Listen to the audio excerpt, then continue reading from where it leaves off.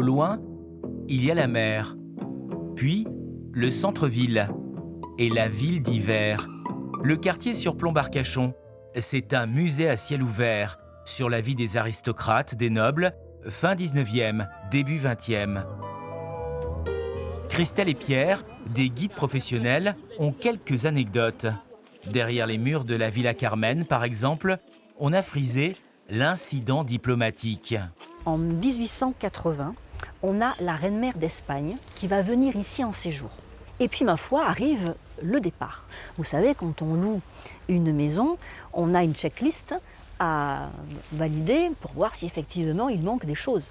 Eh bien, effectivement, il manquait 2 douzaines de torchons. Après, on a un peu pointé les domestiques espagnols. Bon, du coup, ça n'a pas trop plu à la reine-mère. Pour tout vous dire, le maire a essayé d'éteindre un petit peu cette histoire pour repartir sur de bonnes bases.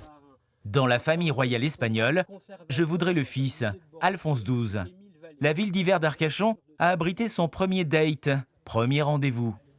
En août 1879, eut lieu l'entrevue entre Alphonse XII d'Espagne et l'archiduchesse Marie-Christine d'Autriche. C'est là où ils se sont rencontrés. Les têtes couronnées se marièrent ensuite à Madrid.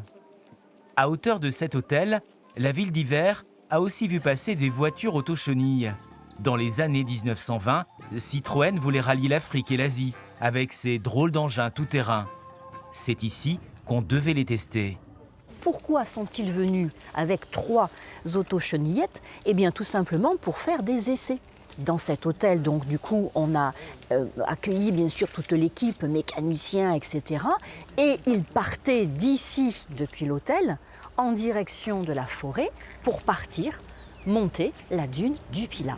Il y a à l'intérieur un couloir où on a des photographies qui nous montrent ces voitures chenillettes qui montent les escaliers et qui redescendent ces escaliers. Un film existe même. Sous les pins, chaque villa est un bijou d'architecture. Des témoins du passé qui ont eu beaucoup de chance pendant la guerre. Vous allez avoir un avion envolé qui va survoler l'habitation, qui va lâcher une bombe. La bombe va tomber et n'explosera pas. Ce qui va permettre de sauver la villa. Une bombe tombée juste à côté. C'est le miracle de la ville d'hiver. Un quartier de quelques 300 villas qui fascine toujours les visiteurs.